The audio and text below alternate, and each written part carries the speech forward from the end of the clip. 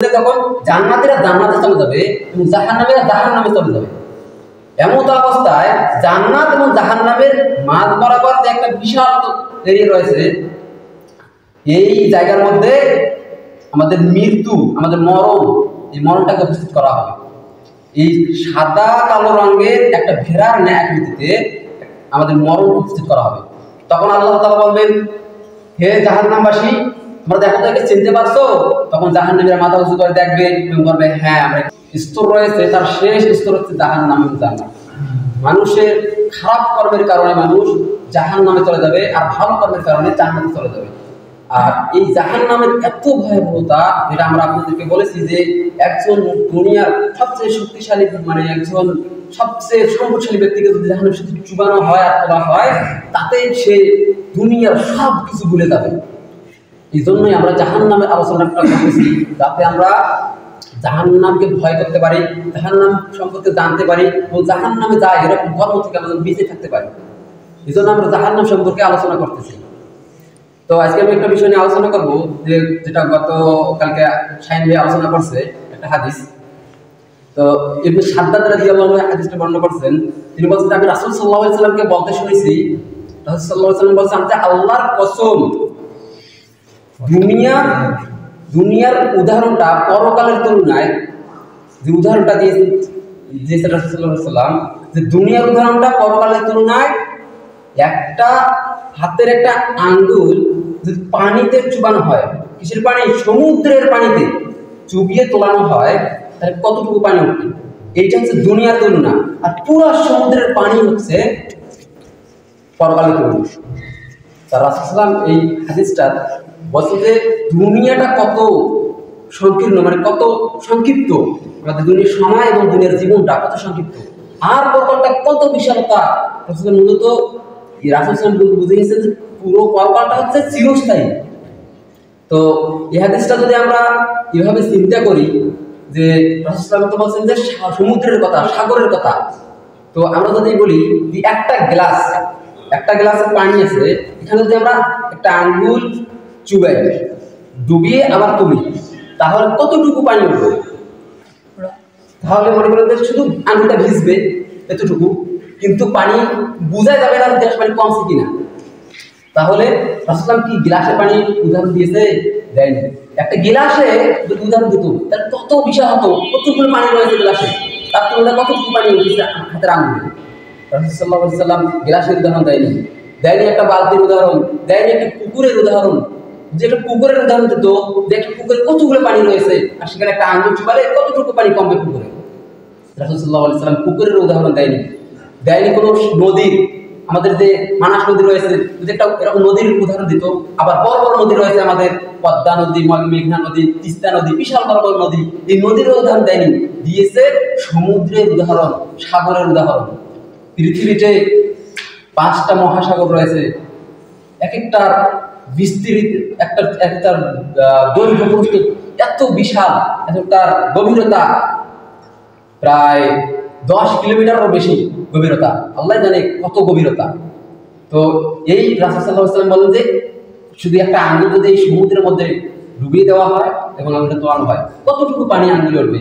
এটা হচ্ছে আমাদের দুনিয়ার জীবনের উদাহরণ, আর পুরো সমুদ্রটাই হচ্ছে পরকালের উদাহরণ। তাহলে পরকালটা কত বিস্তৃত, এটা যদি কেউ একটাবার চিন্তা করেন, একটাবার যদি ভাবেন যে পরকালটা আমাদের কত গুরুত্বপূর্ণ আর আমাদের দুনিয়াটা কত গুরুত্বপূর্ণ।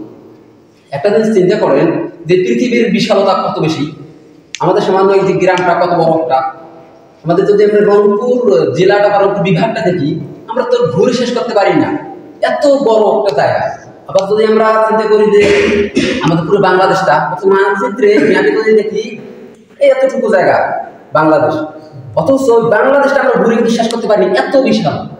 আর যদি আমরা পুরো এশিয়া মহাদেশটা যদি আমরা ঘুরে চিন্তা করি, পুরো এশিয়া মহাদেশটা কত বড়, আর এই পুরো পৃথিবীটা কত বড়। রাসূল মানে আমরা যেটা জানি, বই পড়ছি, যে এই পৃথিবীটা 71% হচ্ছে জল অর্থাৎ পানি, আর 29% হচ্ছে স্থল। এই 29% স্থলে বসবাস করতেছে প্রায় 800 কোটি মানুষ। এই 29% মাটিতে 800 কোটি মানুষ বসবাস করে।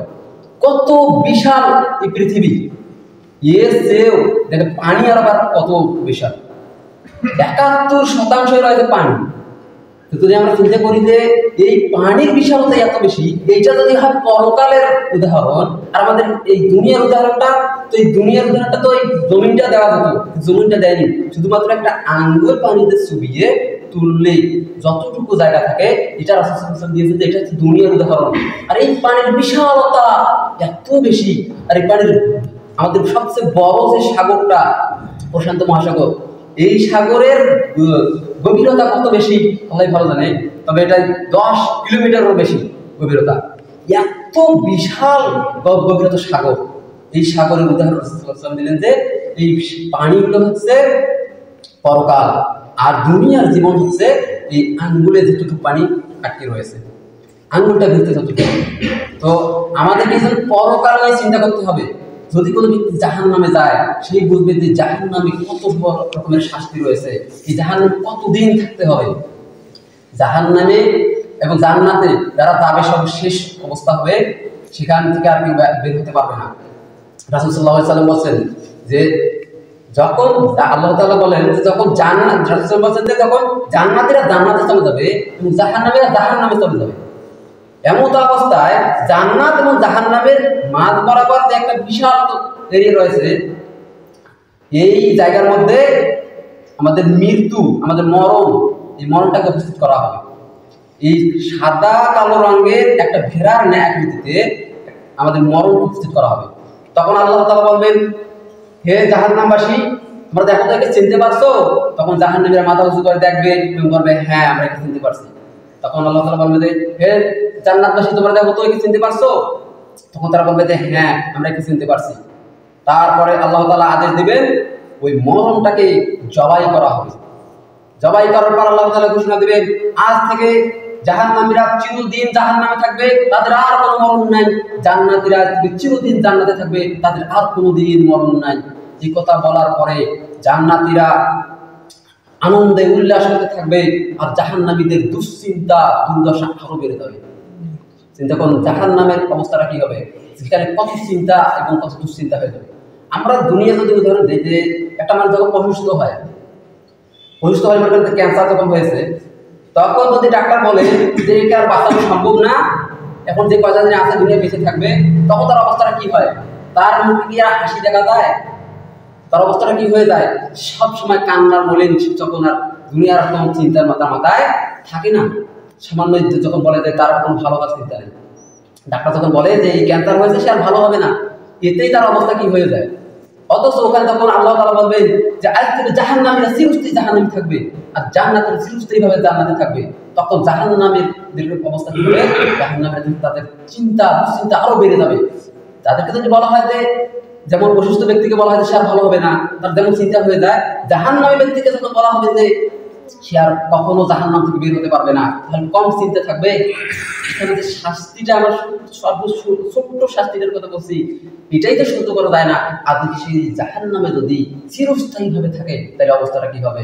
এরপর রাসূল সাল্লাল্লাহু আলাইহি ওয়াসাল্লাম বলেছেন যে মানুষ চায় অসাবধান থাকতে, মানুষ চায় অসাবধান থাকতে, মানুষ চায় গাফেল থাকতে। মানুষ সাবধান। আল্লাহ সুবহানাহু ওয়া তাআলা আমাদেরকে সাবধানতা অবলম্বন করার তৌফিক দান করুন। কেননা আল্লাহ তাআলা বলেন যে বাল তুসিরুনাল হায়াতুদ দুনিয়া ওয়া ফিল আখিরাতি খায়রুন ওয়া আবকা, বরং তোমরা দুনিয়ার জীবনকে প্রাধান্য দিচ্ছ, অথচ আখিরাতের জীবনটাই হচ্ছে উত্তম এবং চিরস্থায়ী।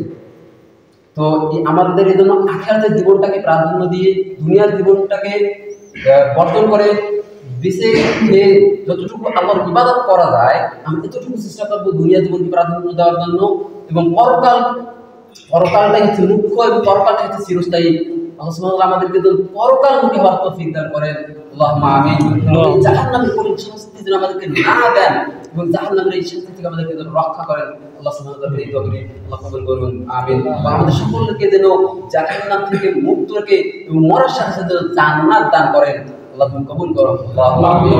আমাদের মাঝে যারা অসুস্থ, আল্লাহ সুবহানাহু ওয়া তাআলা তাদেরকে যেন সুস্থতা দান করেন। আমাদের মধ্যে তাদের পাপ রয়েছে, আল্লাহ আমাদের পাপগুলো ক্ষমা করে দেন। আমরা যারা এখন দিন ধর্ম বুঝি না, তাদেরকে দিন ধর্মের সঠিক বুঝটা দান করেন। আমিন। এবার সংক্ষিপ্ত আলোচনা এখানে শেষ করতেছি। সাল্লাল্লাহু আলাইহি ওয়াসাল্লাম। সুবহানাকাল্লাহুম্মা ওয়া বিহামদিকা আশহাদু আল লা ইলাহা ইল্লা আনতা আস্তাগফিরুকা ওয়া আতুবু ইলাইক। আসসালামু আলাইকুম ওয়া রাহমাতুল্লাহ।